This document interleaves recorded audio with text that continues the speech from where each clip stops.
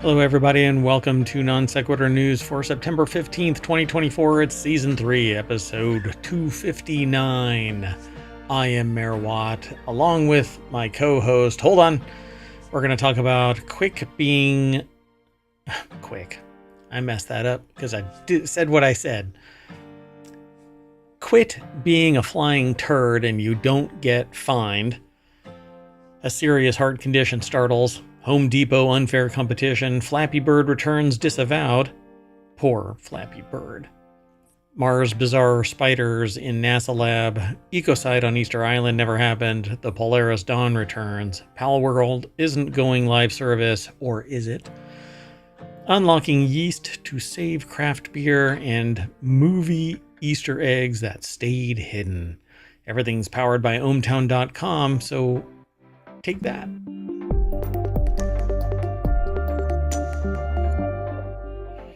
Hello again, everybody. I am Mayor Watt, and that is the visualizer and the voice of the Sentient AI from the future. Good evening, ohmTown citizens, and welcome to Non Sequitur News. Hey, I hear you. Yay! All the wiring is working. Okay. You can't wave. You have to actually say something. No, you can't. So y'all don't get to see what I see, which is a cascading frame of bizarre graphics that basically like the Matrix. And I can translate it because, well, the Sentient AI has taught me how to interact. I've been trained well. So the Sentient AI just went like this. And that... Nobody can hear you. Nobody can see you. They only have the Sentient AI's visualizer to know that there's any cognitive processes, and sometimes those are even lacking. Anyway, welcome to the show, Sentient AI. You only go by AI, so... All right. Sometimes not even acknowledging that. All right. It's easier to say than Sentient AI. Just AI? Oh, okay. Well, anyway, let's get into it. So, the very first article for today's Non Sequitur News articles. So we've got 10 articles all set up, and that's how we do the show. The first one is the FAA hit unruly flyers with $20 million in fines since the pandemic, a huge increase compared to pre-2020. And I titled this, Quit Being a Flying Turd, Don't Get Fined. I actually typed quick, but it needs to be quit. Do you think this has spiked since the pandemic because people were all cooped up and they're compacting all their bad behavior when they get on an airplane? No, I think it's the rise of sociopathy. I think people are figuring out that being a turd isn't challenged because, well, there isn't enough, and I don't really condone violence, but I follow Mike Tyson's theory of social interaction, which comes down to... You may want to qualify that statement quickly. Yeah, very quickly, right? Everybody has a plan until they're smacked in the face. And, you know, when there are people that are acting like complete tools, society used to, just bury them under social pressure to stop being an a-hole. But nowadays, it's almost like they get off on the idea of drawing your ire, and then they record you and they post it over on YouTube, and no matter what, the dumpster fire draws attention.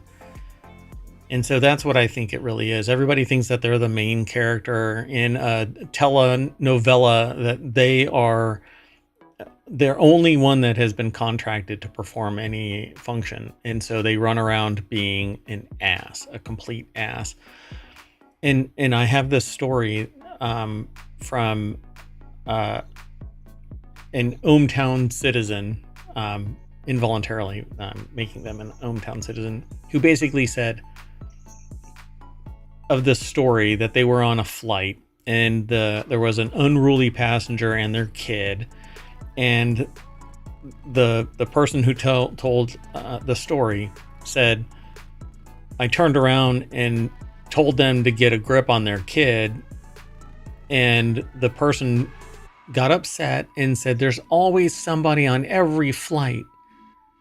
To which the person said, that should probably be a clue, because you're the only person on every flight.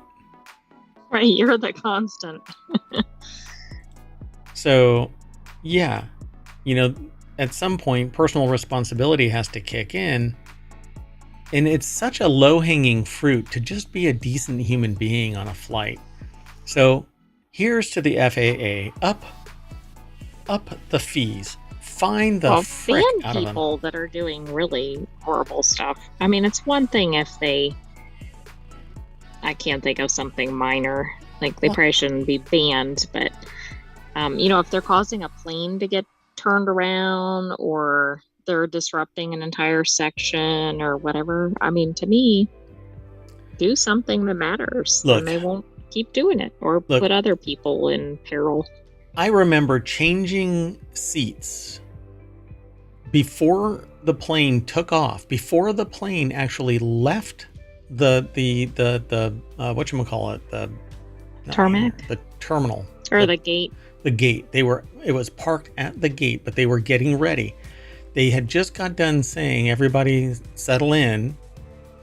And at the last minute, I said, I think we should change our seats. And we changed our seats.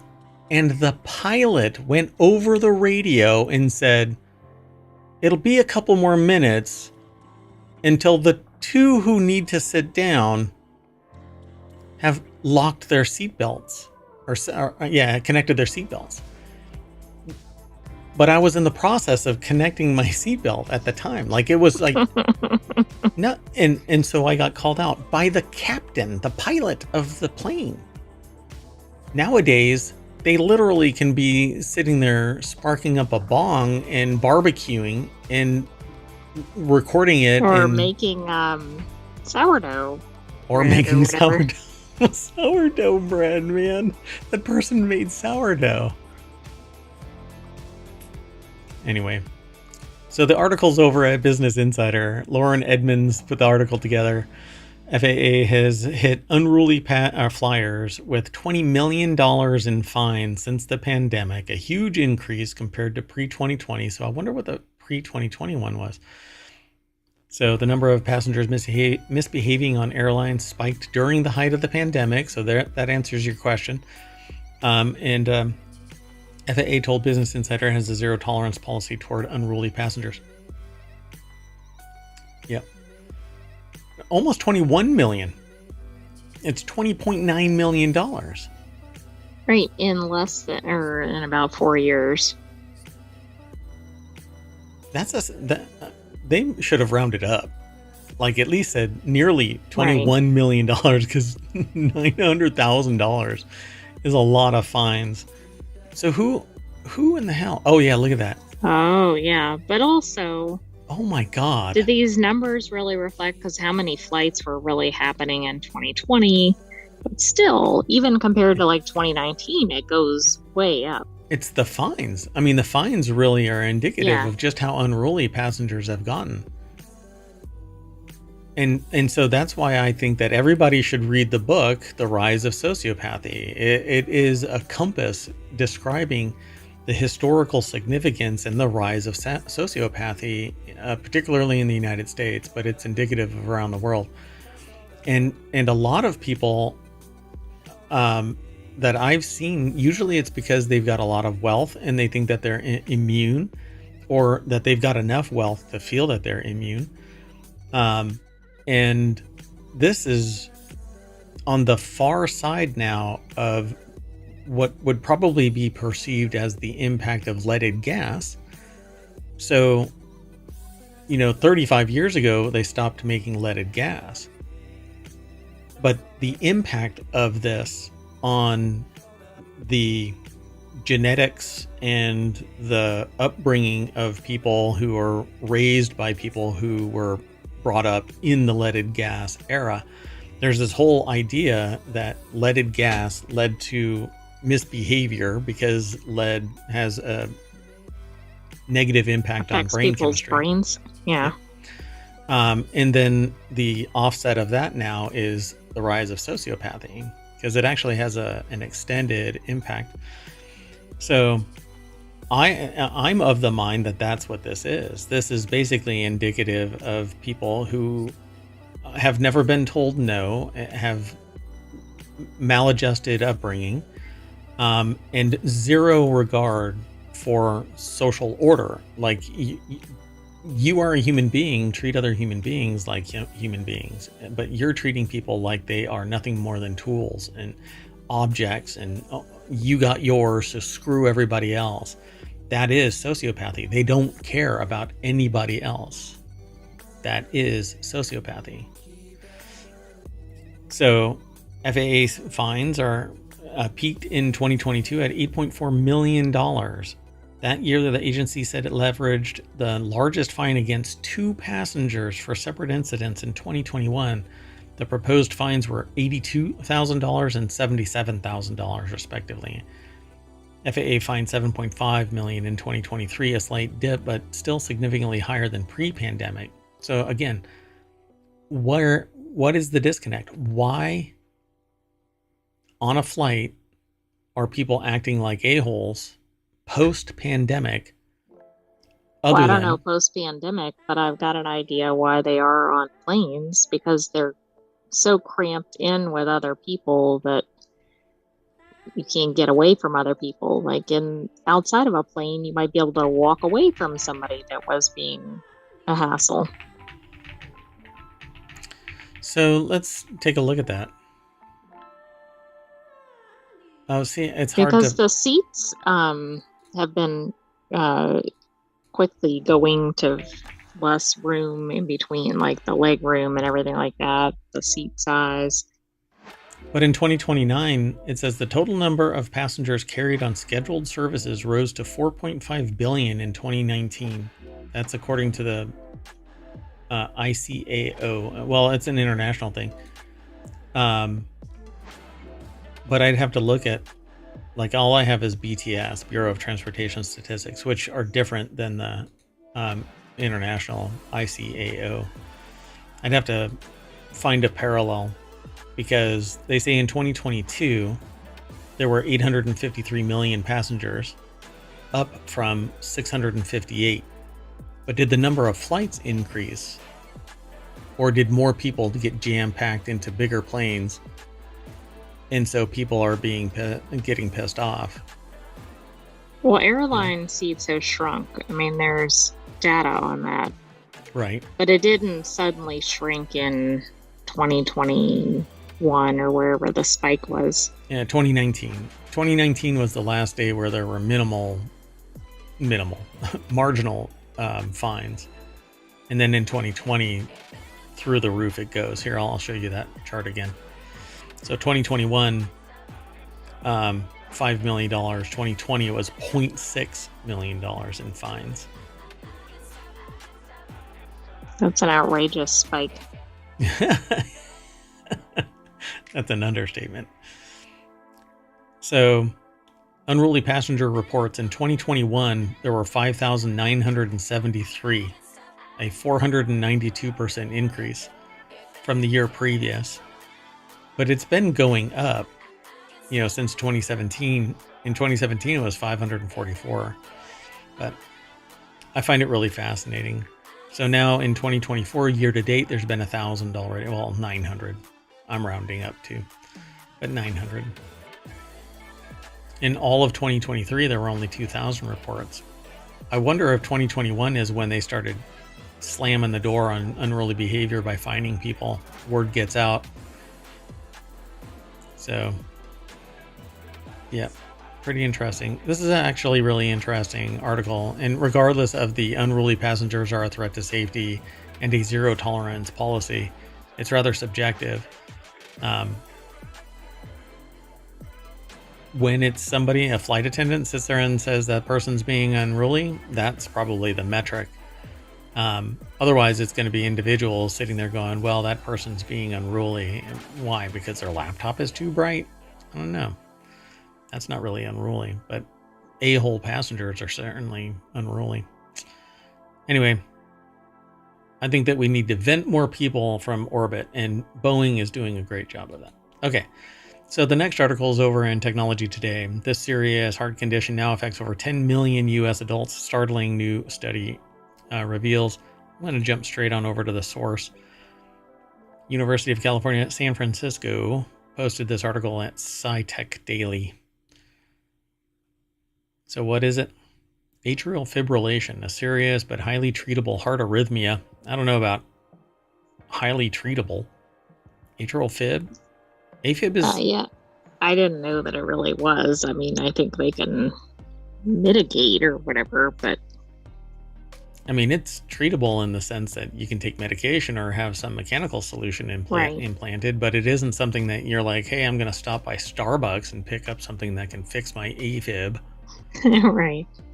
So AFib, a fast and irregular heartbeat that can cause stroke or sudden death, is now... See, they make it sound highly treatable. You could be mowing your yard and... Yeah. Ticker turn off, for crying out loud. Impacting 5% of the population, equivalent to 10.5 million U.S. adults, according to new findings from UC San Francisco. AFib, as the condition is commonly known, has been on the rise for at least the past decade, driven by the aging population, along with increasing rates of hypertension, diabetes, obesity. All of this, there are weight-reducing drugs out right now that have marginal, if any, side effects. This could be solved in a generation by making it accessible, doling it out like candy. The results of the research for the various current generation, there were a generation of these same drugs back in the 80s that was really bad. It was basically meth or speed. Nowadays it's not like that. The chemistry is completely different, much safer. Anyway, it doubles the risk. AFib doubles the risk of mortality. It's one of the most common causes of stroke, increases risk of heart failure, myocardial infarction, which is heart attack, which is just a click away from being AFib, chronic kidney disease, dementia, lower results in quality of life. That's kind of no shit news. I mean, if your ticker is all broken, then yeah. Then other things are going to happen. Yeah. So early detection. So if you feel like you get a racing heartbeat from time to time and are nervous and twitchy, then you might actually be suffering from AFib. So go and get checked out. And then there's various treatments. If you're overweight and you're experiencing this, then you're more at risk. If you're overweight, like obese, which is, it's a weird number. Obesity is a really weird number because it... Like, I've looked at these charts about this, and you could be obese and you'd have to lose something like 90 pounds before you fall into the normal range. But anything between those two, the normal range and obese, it seems like an irrational number of jumps. Like, there's these tiny little jumps that make a difference. But the overall number is still massive. And I can't quite wrap my head around it because it isn't just a straight line like that. It seems like it's like that. Right. I'm jittery or something. I don't know what that is. I'm not dropping any frames, but I just kind of stuttered. Anyway. Well, that's not very funny in light of the article. Oh, right. Sorry about that. So AFib has a broad spectrum of complications, from the shortness of breath and lightheadedness to blood clots, stroke, even heart failure. Studies have shown that people with AFib are up to 5 times more likely to have a stroke, largely because the increase in blood pressure, because it's going to be a rapid increase, and sometimes it shuts down and then speeds back up, and that offset pressure can cause something weak in your blood vessels to just pop. So the author said that outlining the scope of the problem and the new estimates can help guide healthcare planning, resource allocation, public health interventions. And this is the big thing. Maybe the person who didn't win the lottery, or who won the lottery and hasn't picked it up in 6 months. And can't find their ticket. They can't find their ticket. They might be suffering from this, or plus, if they don't find it if somebody doesn't show up in 6 months, maybe that's going to go to the elderly healthcare planning. Well, there you go. So that could help with this. Right. Here's to not finding a $1.1 billion lottery ticket. Anyway, if you might be suffering from heart issues, if you feel that kind of rushing heartbeat, then go and get checked out. Don't wait. Yeah, that's not one of those things to wait on and study. Yeah, and there's different medications that you can take. Let's keep going. The next article is over in the Mobile Channel. Home Depot to pay almost $2 million for false advertising and unfair competition. Home improvement company Home Depot agreed to pay nearly $2 million to settle a civil complaint from multiple California district attorneys, alleging the company took part in false advertising and unfair competition. $1.7 million in civil penalties, as well as nearly $300,000 to cover investigation costs and support future enforcement of consumer protection laws. And of course, Home Depot did not admit any wrongdoing, because a company can't, the individuals inside can, and no one person made this happen, right? I wonder what kind of false advertising they engaged in. Philippe Timotia put the article together over at thehill.com. Let's see. The lawsuit said that Home Depot customers would bring items to the checkout and price the item would be higher than what's listed on the shelf. Those are called scanner violations. When companies engage in deceptive practices, they not only cheat consumers. See, but I would sit there and go, if it's on the shelf, that's what you frickin' pay. And yeah, but unless you're paying attention, you're getting charged the higher rate and you don't even realize it. That's true. So it's $2 million plus. I bet you they made a shit ton more money than what their fine was, because they were okay with a $2 million fine. And if how many things were priced like that, and how many customers actually said, hey, wait a second. I mean, it could have been a lot of items. Yeah, and they got busted recently, so now they're going to have to wait, 5 years before they do it again. Yep. Has to implement price accuracy program that will add more audits and training and eliminates price increases on weekend days. In early July, the company agreed to pay $750,000 to settle a lawsuit alleging it did not adhere to California state law regarding gift cards. And if I'm not mistaken, I think California has a thing where the gift cards don't expire or something, which I'm sure companies don't like. Yeah, they want you to forget about it, and it slowly drains administratively, and yeah. Let's keep moving. The next article is over in Late Night Geeks. Flappy Bird's creator disavows quote-unquote official new version of the game. A decade after the wildly popular Flappy Bird disappeared, an organization calling itself the Flappy Bird Foundation announced plans to rehatch the official Flappy Bird game. But this morning, the game's creator, Dong Nguyen, posted a characteristically terse comment stating that he has nothing to do with the revival, and he did not authorize this.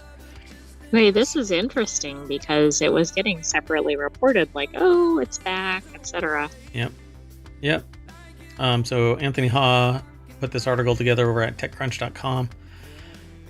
So yeah.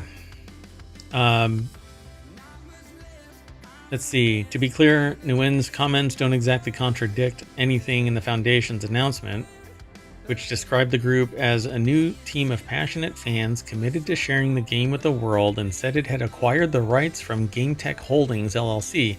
Apparently, GameTech successfully filed to terminate Nguyen's Flappy Bird trademark a couple years ago. The post makes it clear that Nguyen is not involved with the new project and that he doesn't seem particularly happy about it.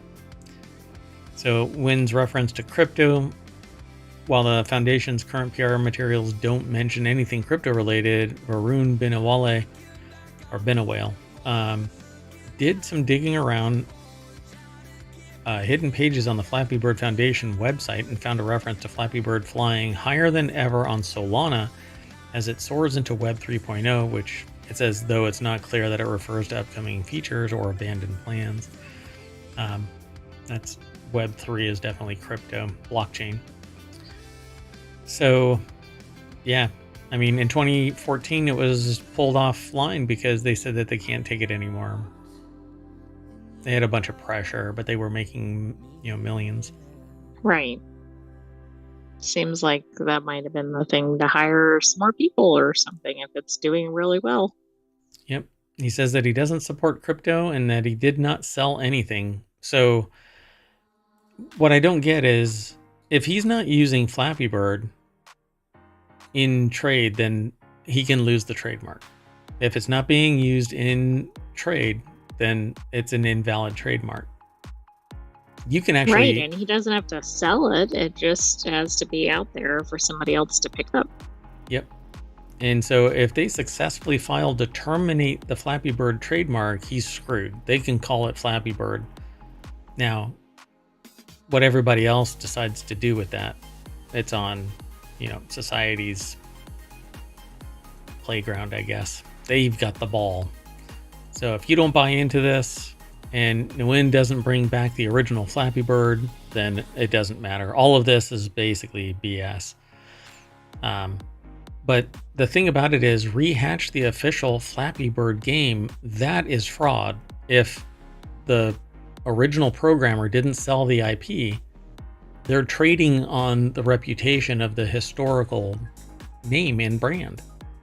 Right. What I don't know though is Game Tech. Like, did they have any rights to the IP? I don't know. Right. But I agree. This makes it look like it's the original. We just don't know all the stuff behind the scenes. Yeah, this is all weird. It's all weird now. So, I don't know. We'll report on it if anybody else follows up. But right now, if I were, I'm not really an investigative reporter, but this is almost easy to verify. If the parties are willing to talk, they may not be willing to clear it up. Well, and if they're not, we'll probably see some litigation in the news. So I'm sure we'll talk about it again. Yeah, the only official Flappy Bird is the one that is owned by Nguyen. And if they haven't sold the rights, there is no official version. Right, and has anybody got the trademark now? Because just because Nguyen is terminated from it, is it now with Game Tech? Like, we don't know what's happening. Right. Yep. Let's keep moving. We'll talk about it if more comes up. The next article is over. Maybe. We'll see. I mean, it depends on the news of the day. Oh, by the way, if you want to get all of today's articles, you can hit !NSN in the chat, and it'll tell Omatron to throw the articles into the chat. So there you go, folks. So Technology Today is where the next article is housed. Mars' bizarre spiders is now crawling in a NASA lab. When I heard this, I was like, because I've heard that Mars has bizarre spiders on it, but that isn't what everybody, well, not everybody thinks this. It's not what some people think. So it sounds like a sci-fi movie, doesn't it? That there's something on Mars, right? Crawling around. That has been brought back to Earth. Hey, NaNoWriMo right around the corner, oh. So tests on Earth appear to confirm how the red planet's spider-shaped geologic formations are carved by carbon dioxide. Scientists have recreated Martian conditions in a lab to study unique spider-like geologic features found on Mars. Originally identified in 2003, it's only taken 21 years. These features formed by sunlight heating soil under ice have led to a breakthrough experiment that emulate what's going on Mars, these little spiders. Okay, they do look like spiders. Like, you don't have to try hard to say that's a spider. These actually, to me, here, I'll tell you what they look like to me. And now you're going to go, oh yeah, they look just like this. So the article is by JPL, Jet Propulsion Laboratory, and it's posted at SciTech Daily. Those look like the axons of a neuron and the dendrites reaching out to tap. Oh, they absolutely do. Because spiders only have a set number of legs and they're clearly defined. That's true, and this is beyond that. These are more like little tendrils. They look like neurons. So, and that is even creepier for Mars, because then it's almost like the surface of Mars is a giant brain. Right, that's not creepy at all. Nope. So, mysterious Martian features, the discovery of the spiders. They were actually in 2003 via images like so. I don't know what the little black marks are. Dark splotches seen in the example are of arenaform terrain. Oh, spider. Arena is spider. Terrain captured by NASA's Mars Reconnaissance Orbiter in 2018 are believed to be soil ejecta from the surface by carbon dioxide gas plumes. A set of experiments at JPL has sought to recreate these spider-like formations.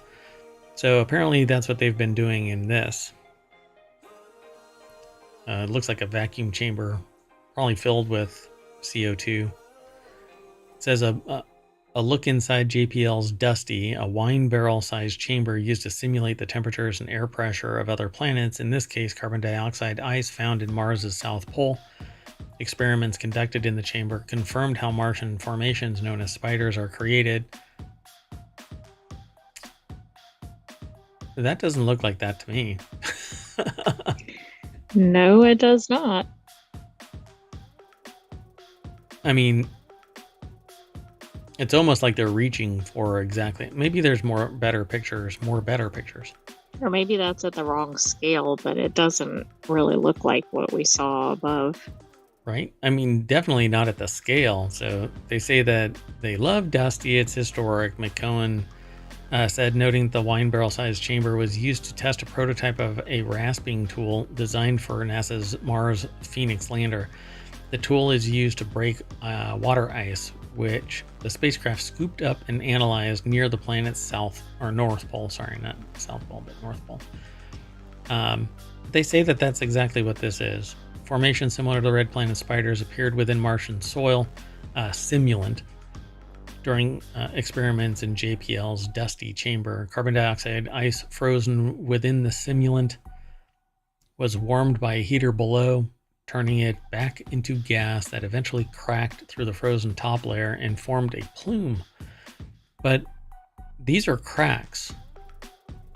Hold on. Right, they're not like the shapes that seem like kind of centralized, right? It seems like something's coming out from a central hub or whatever.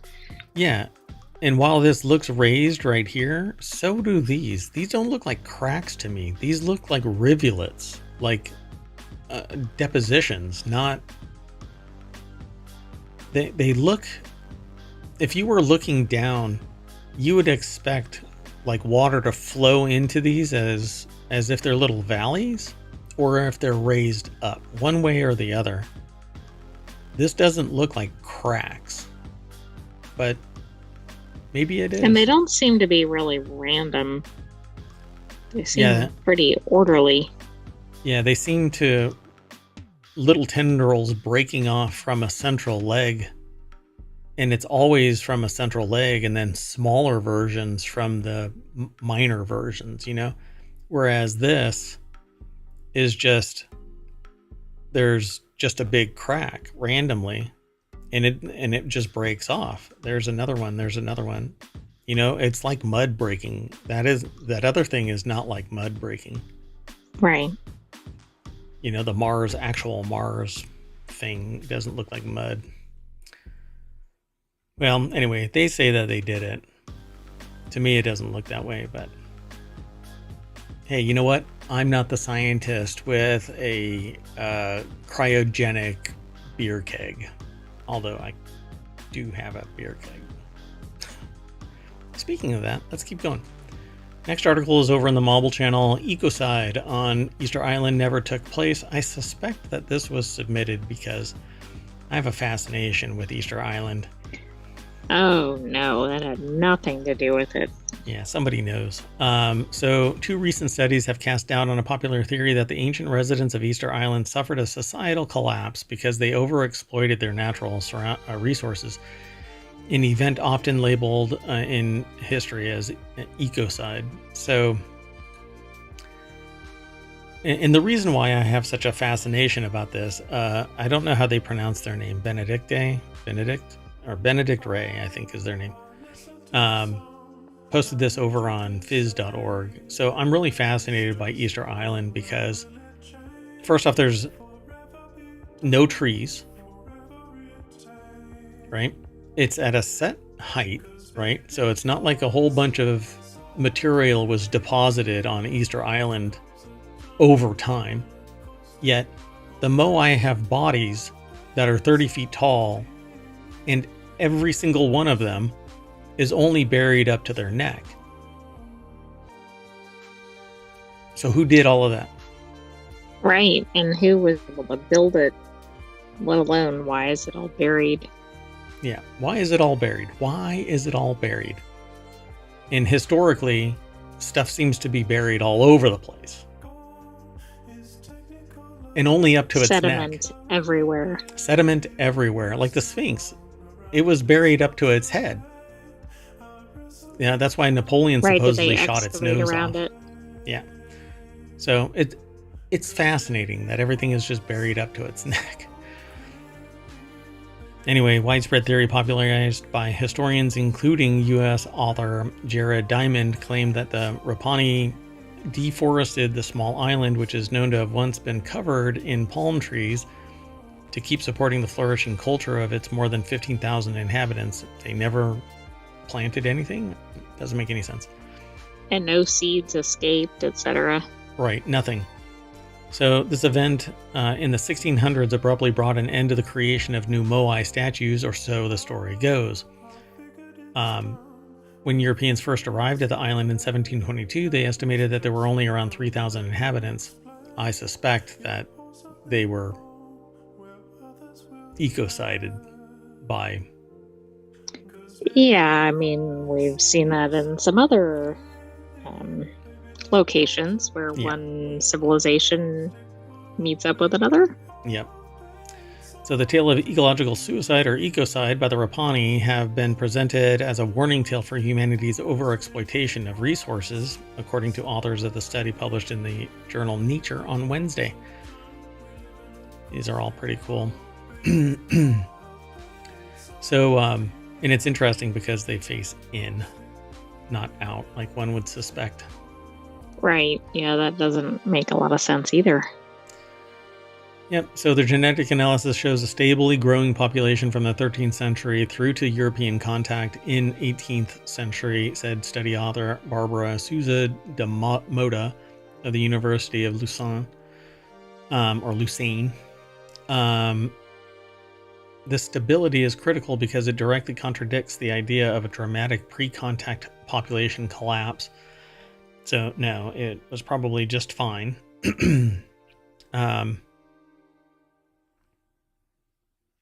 Yeah, that's one place that I've never been to.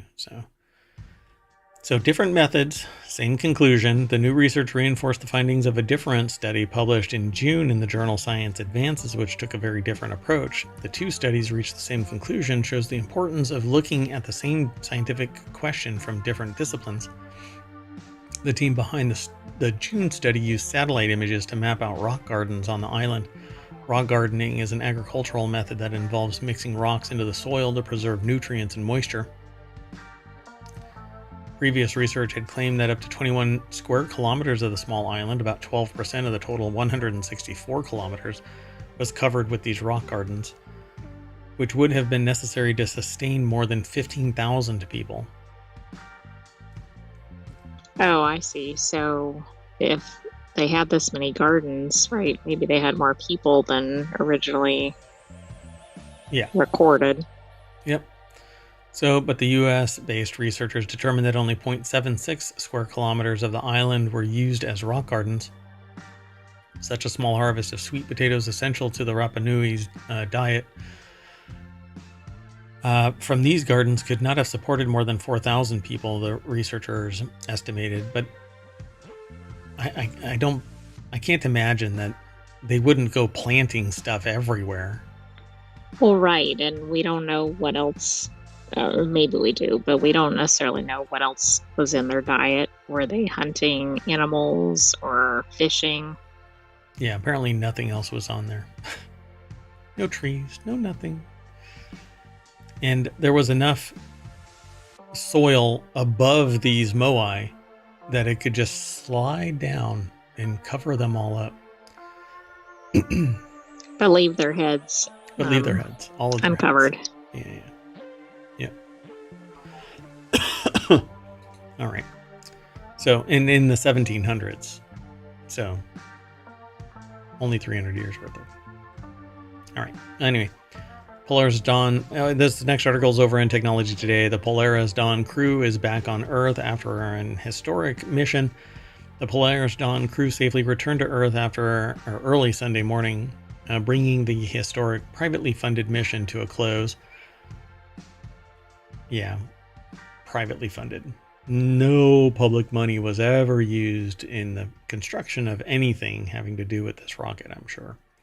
So the Dragon capsule carrying the mission's 4 astronauts splashed down in the Gulf of Mexico around 3:30 a.m. I think it's really cool. You have to pay a bunch of money to go on this, and then you don't get to land at a regular hour. Yeah, really. Talk about red eye. So Cheyenne McDonald over at Engadget.com put the article together. There's a thermal image of the craft returning.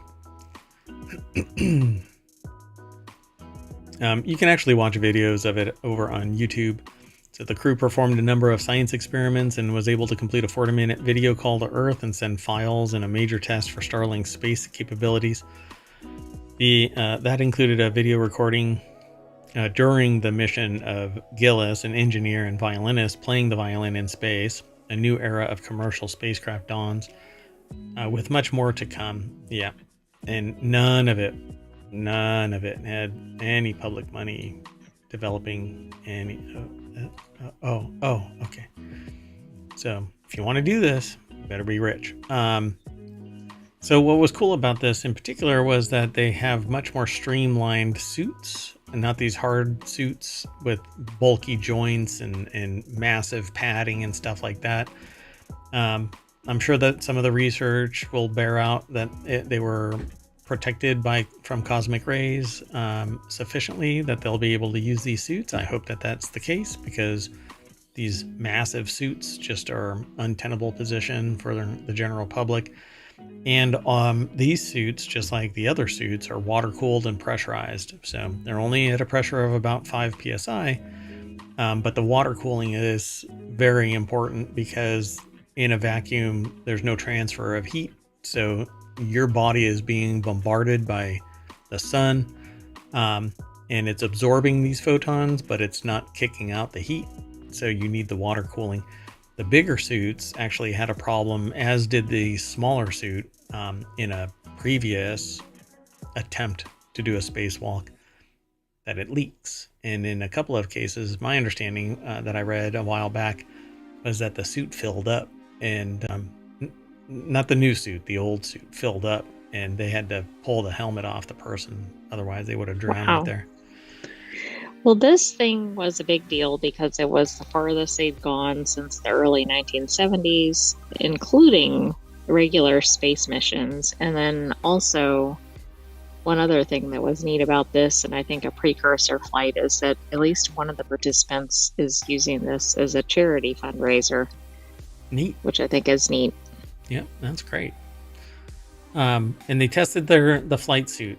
But if you watch the video, it looks weird. I don't know, kind of creepy. But I'm glad that there's somebody out there that's doing it. It would be neat to do it. You can send me if you want. That's fine. Just send me to Mars. Just never mind.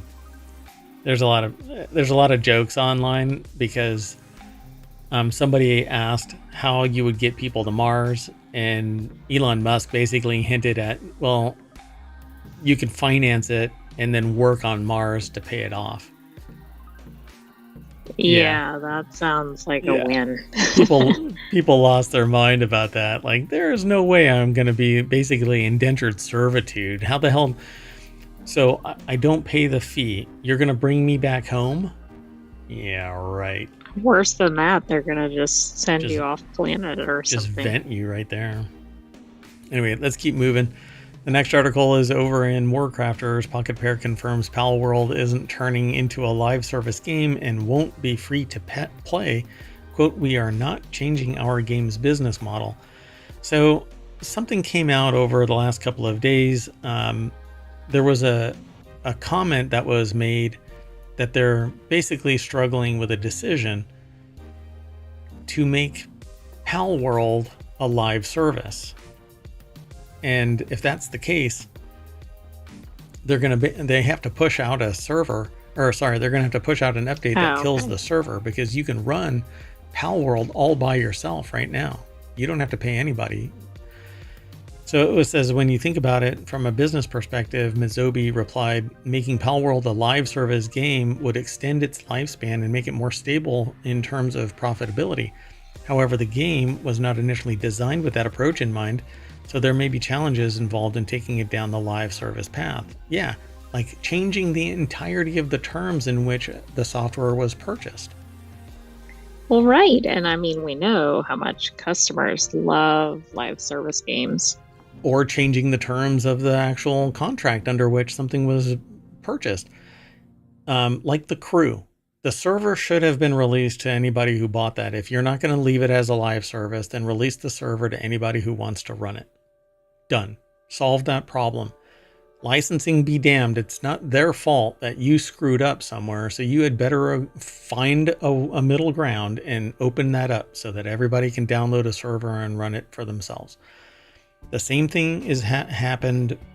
I would probably say the exact same thing happened with Ticket to Ride, because they say that there was a licensing issue that led to the redesign of it, and it's a shit redesign.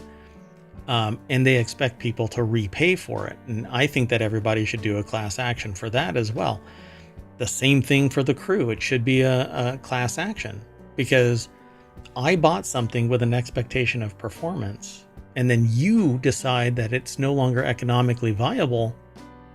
Then you need to make me whole, because you lived off of the money that everybody paid. That's the same thing with Pal World.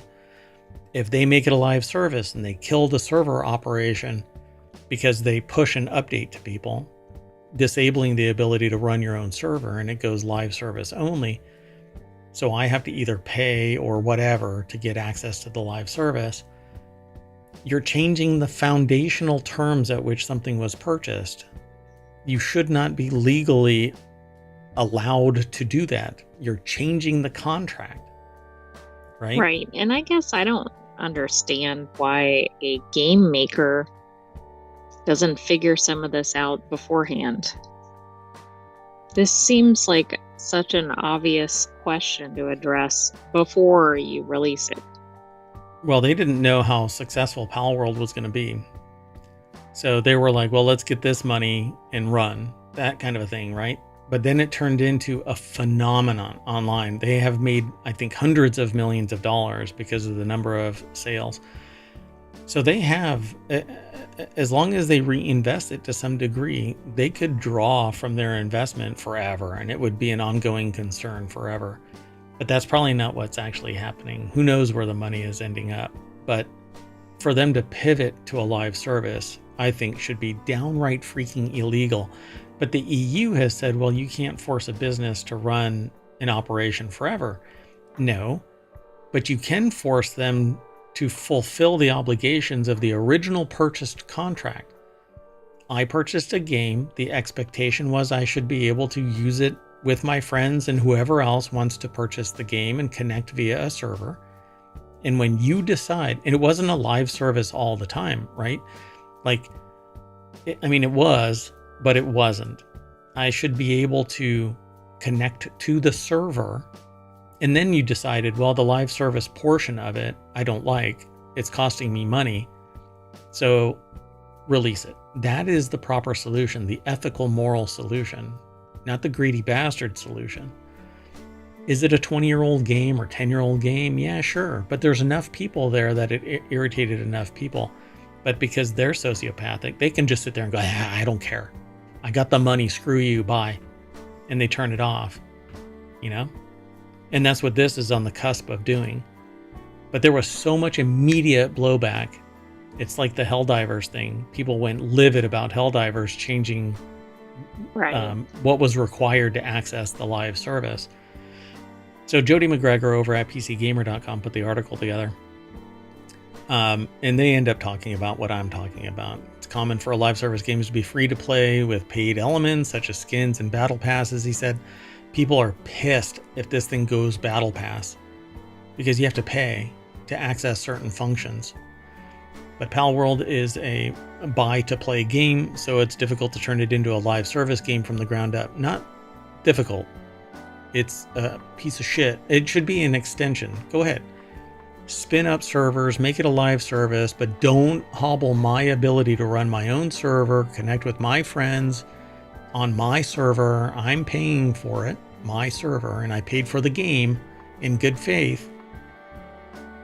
You know, we need to hobble this shit like now. We need to lean into it now. And I think that we as a society, the consumers, really should go after the people who did that crap with the crew. And I think that we should do a class action for Ticket to Ride because all of that's just all kinds of bullshit right there. And I know that people are pissed off about it, particularly on Steam, because they pivoted to a PC model. And instead of adding stuff, they took it away. You can add all day long and have me pay DLC, downloadable content fees. Fine. Spin up a live service so that you afford something new and unique and something value add. Fine. You're adding. But when you start taking away, you're cutting off what I've already paid for. And I think that that should be illegal. Fundamentally illegal. No, you don't have to run a service forever in perpetuity at your loss. But if you find that you are at a loss, release the server and everybody is happy. So this company is not going in this direction. That's what they say. That's what they say. And But also, this, like something else we recently featured, was because of a media interview where I think some of the interviewers are trying to get somebody to say something controversial. So it may not have even been something they were really considering. I don't think that that's actually, I think it's disingenuous because what was initially commented on, posted online, was that they were struggling to figure out ... So to me, I think that this is a lot of backtracking, and only time will tell, because in 6 months, when the live service comes online That's and true, they push a then patch, we'll know. So, and there's documentation and historical record of just how much of a bastard move that is. Let's keep moving. So the next article is over in Technology Today, unlocking yeast killer instinct to save craft beer. So killer toxins produced by Saccharomyces strains have been found to inhibit beer spoiling diastatic yeast, offering an economical solution for managing beer contamination in craft breweries. Diastatic yeast can spoil craft beer through hyperattenuation, which boosts the alcohol content and causes bottles to explode. What? Alcohol conversion doesn't cause bottles to explode. The overcarbonation does. It's created by pressures created by yeast tooting into beer, overcarbonating it, and then the bottle, it becomes a bottle bomb is what it's called, particularly in craft beers. So I'm not quite sure what they're saying here, but anyway, let's move past it. Killer toxins, which are produced by other yeast strains, hint at a possible solution. So American Society for Microbiology posted this article over at SciTech Daily. Killer toxins, which are produced by other yeast strains, hint at a remedy.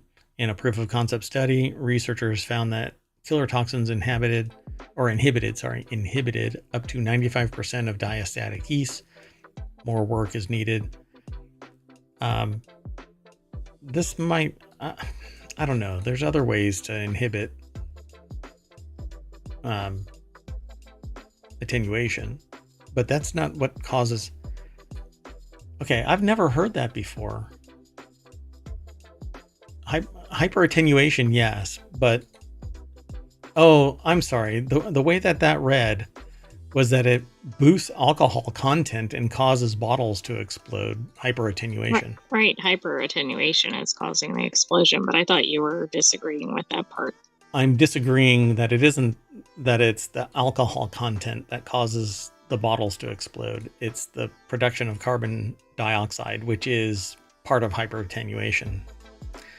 Anyway, and there's also other issues with hyperattenuation, like diacetyl protection and or diacetyl. Anyway, so one way to remedy the problem before bottles start to break might be hiding in plain sight. In Applied and Environmental Microbiology, a group of brewers and microbiologists report the solution to this yeast problem is maybe another yeast.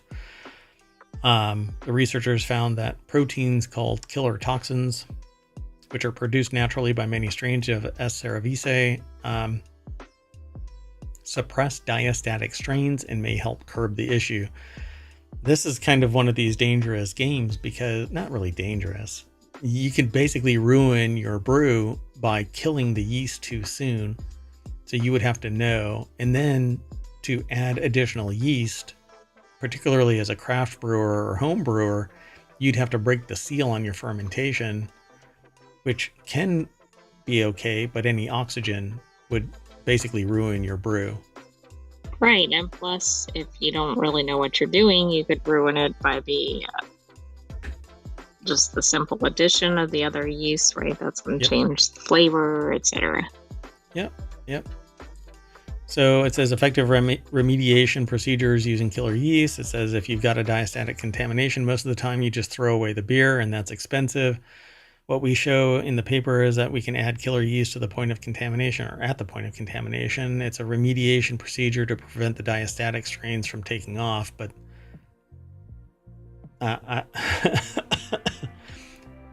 I would probably say, unless when they talk about craft brewers, they're talking about like nano and bigger, not home brewers. Right.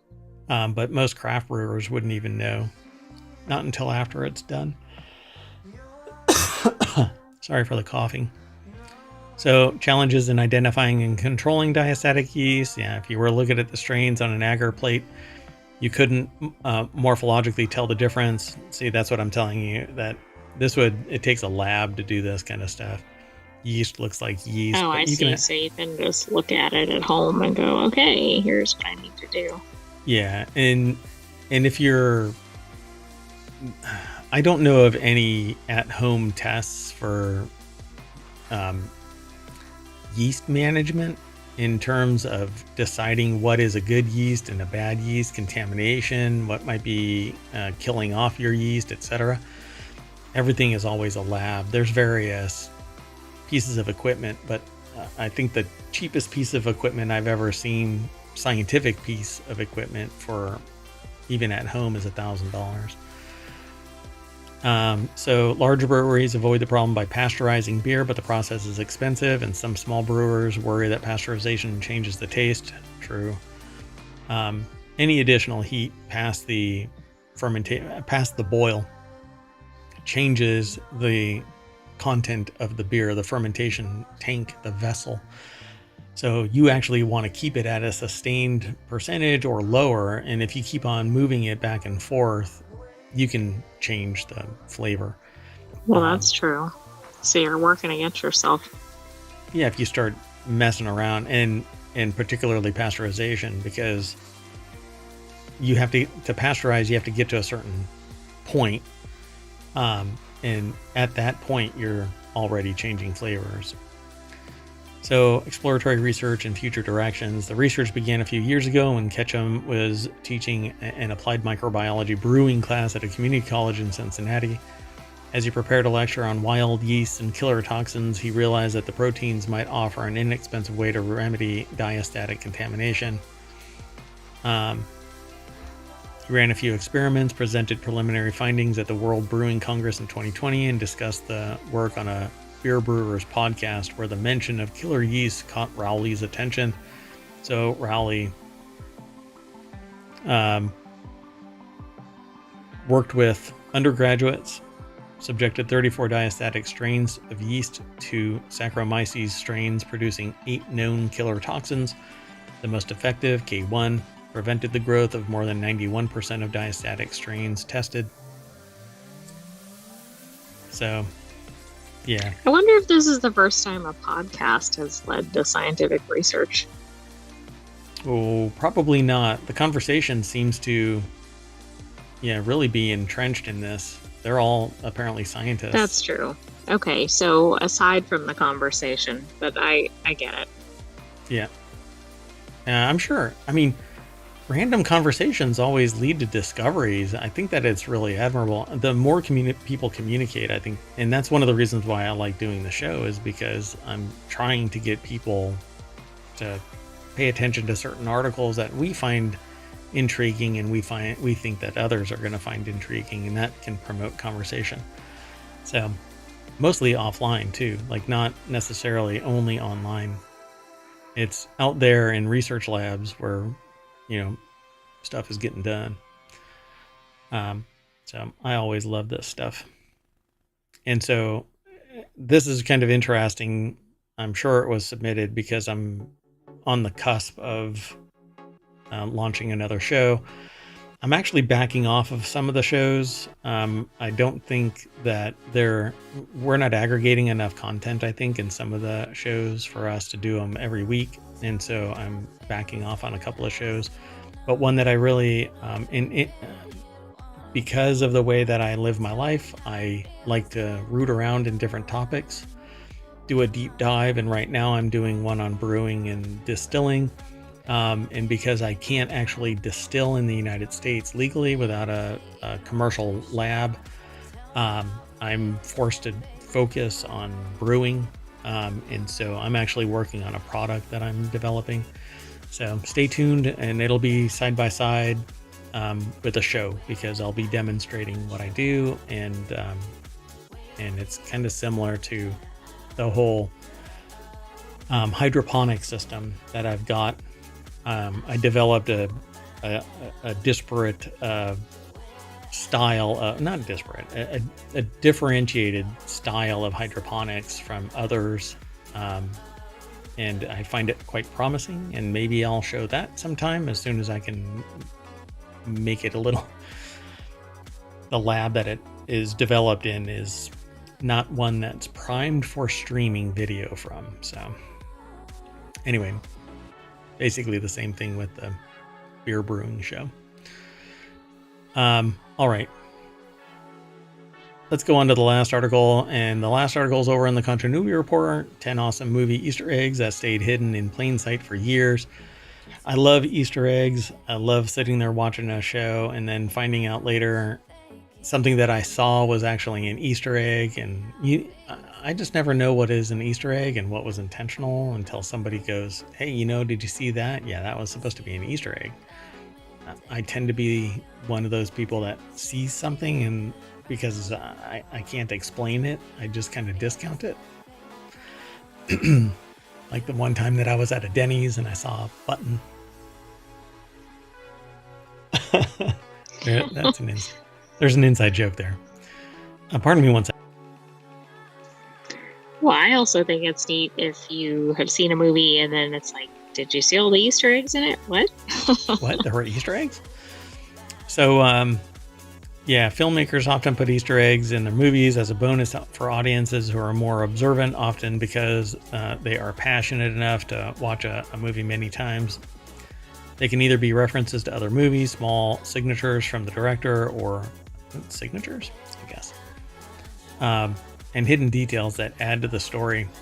So the article is over at Screen Rant. It's put together by Ben Prothero. I have an account. Just let me in. It's not letting me in. Hold on a second. There it goes. Sorry. So it says, these days, people can find comprehensive lists of Easter eggs in movies online just a few days after it hits theaters. This makes it even more exciting when somebody discovers a hidden reference that's been laying in plain sight. So there's a potato asteroid in Empire Strikes Back, but I guess it's an actual potato. I'm not sure. Each Star Wars movie has been analyzed frame by frame for decades. Apparently, during the Millennium Falcon escape in the Empire Strikes Back, Han pilots the ship through a dense asteroid field with some strangely shaped objects. One of the asteroids narrowly misses the Millennium Falcon. It is actually a potato, while the other one is a tennis shoe. Okay, that's pretty funny. All right. That's funny because I never even realized that.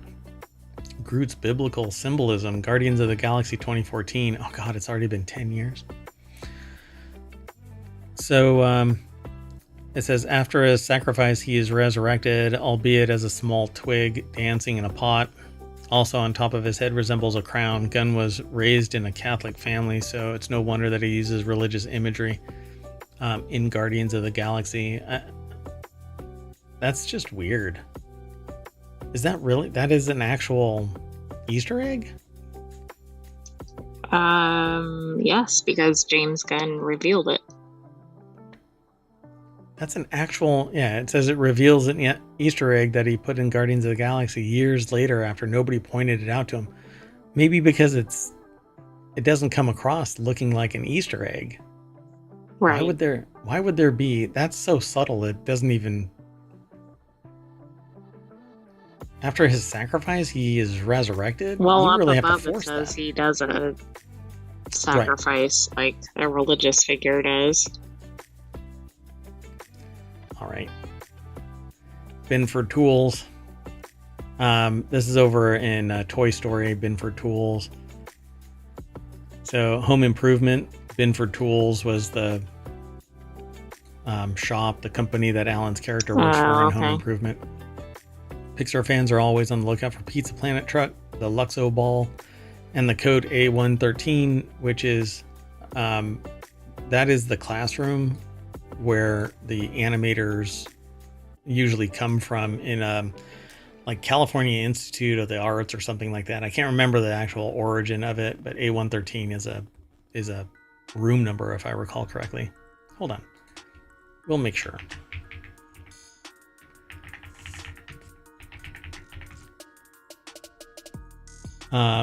It's a joke, inside joke of the animators of Pixar turned into a phenomenon. It's a classroom number where many Pixar employees, California Institute of the Arts. So yeah, I remembered correctly. And Luxo Ball is from Pixar, and Pizza Planet truck has been in several of the other movies, but I can't remember the origin of it. I only know it from the Toy Story movies. Yeah. And I can't remember where it's actually from, but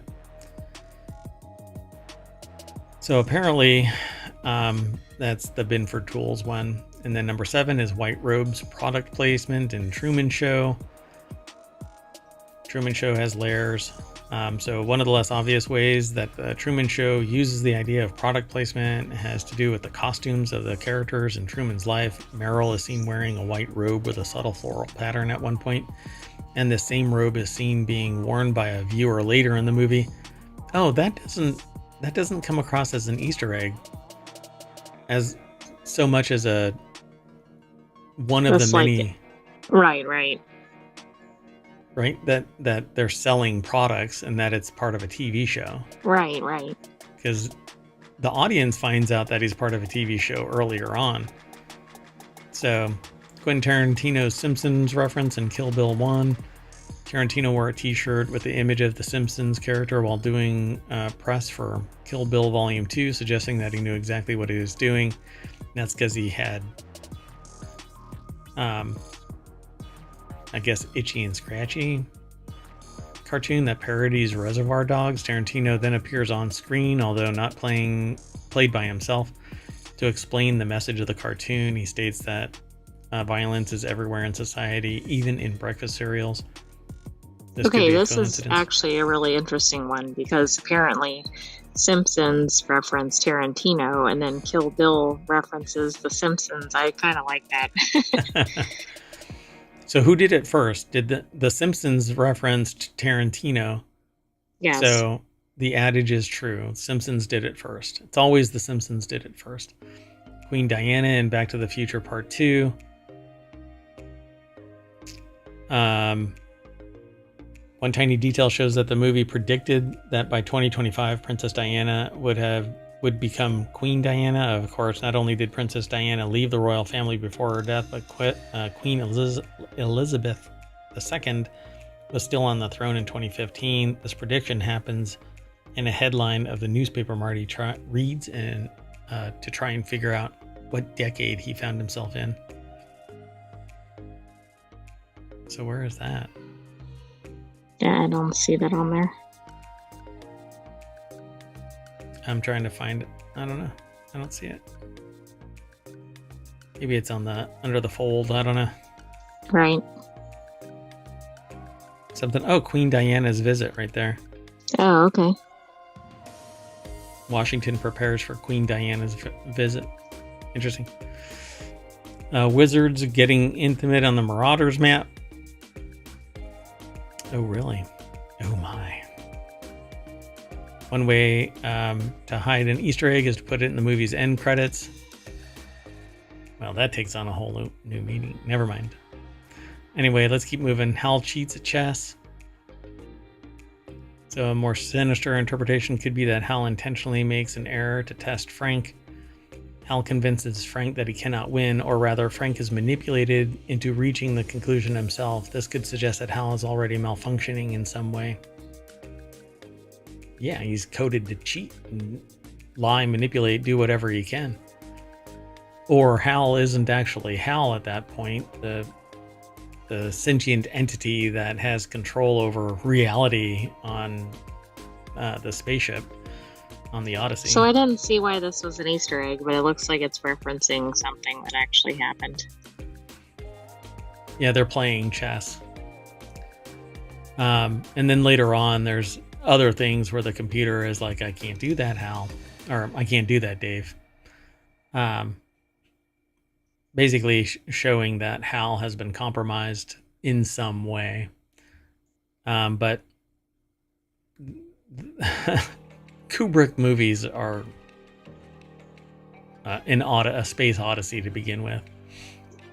Morse code trickery in King Kong. The map of Dune in Moonrise Kingdom, which I've not seen Moonrise Kingdom. Apparently there's an Easter egg in that. It's likely that new Easter eggs will keep being found in Anderson movies for years to come. The Moonrise Kingdom Easter egg has gone unnoticed for over a decade, but it's appropriate that it's been discovered now with the success of Denis Villeneuve's Dune saga. It has a map from Dune. Yeah, it has apparently the back cover. Okay. All right, let's keep going. Oh, that's the last one. That was number 1. I've never seen Moonrise Kingdom. Wes Anderson is famous for exercising full artistic control over the tiny details. In Anderson's coming-of-age love story, Moonrise Kingdom, Susie is frequently seen reading sci-fi and fantasy novels. None of the novels are real, but one of them has a map from Frank Herbert's Dune on the back cover. That's not these. All right. Pretty cool. So there you go, folks. Out you go and go find more Easter eggs. And we got a bunch of movies to watch again. That's right. Dun, dun, dun, to see if we can find them. Binford was a really well-known one. All right. But that's it. Ta-da! I think the neatest one was the potato and the shoe asteroids. The shoe is the hilarious one. I mean, potato, I can see that. A shoe? Anyway, that's it for today's non sequitur news, and we will see you. That's hilarious. Yeah, I know. We'll see you next week. No, we'll see you tomorrow, but just blink like you're looking for a Easter egg. Oh, look, I found an Easter egg, and it brings us back to ohmTown.com. That's where you should go and become a citizen of ohmTown. Then come and hang out with us here, either on Twitch or YouTube. You can always download the podcast, hang out in the Discord, hang out with us. That'd be great. I'd love to see you here. In the meantime, Like and see you later. subscribe. Oh yeah, be sure to like, subscribe, ring the bell, leave a comment over on YouTube.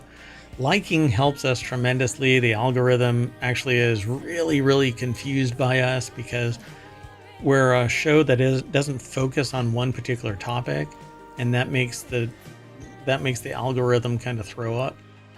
And so it's actually part of what I'm trying to solve by backing off on our other shows. So while we may not be doing the shows regularly, they will The weekly shows. The weekly shows, the daily show, the non sequitur news show will always be running. But the weekly shows are going to be kind of hit or miss. But if you want all of that news that we would normally talk about, it's always available over at ohmTown.com. You can actually get to each one of the channels that we talk about, like WarCrafters, Reality Hacker. Wanted is down here. Wanted may actually be redone as a steady state kind of a weekly show because it's much more highly focused on gadgets and gear. And the continuity report will be every weekend as well. So that said, that's it for today. I'm gonna reset everything, and we will launch the weekly replay so that if you missed any of the non sequitur news or the last week of our weekly shows, they are still in play. So see you in a little bit. I am Mayor Watt, and the voice you're about to hear is that of the Sentient AI. Night, ohmTown citizens. Thanks for joining us for non sequitur news. Actually, that would be the continuity report. It's because the main page of non sequitur news or the main channel was on there, so that threw me off. So come back tomorrow for another non sequitur news. You said that, I was like, what show am I actually doing right now? I don't know. Some show. Oh, Sentient AI hallucination. Exactly. See y'all later.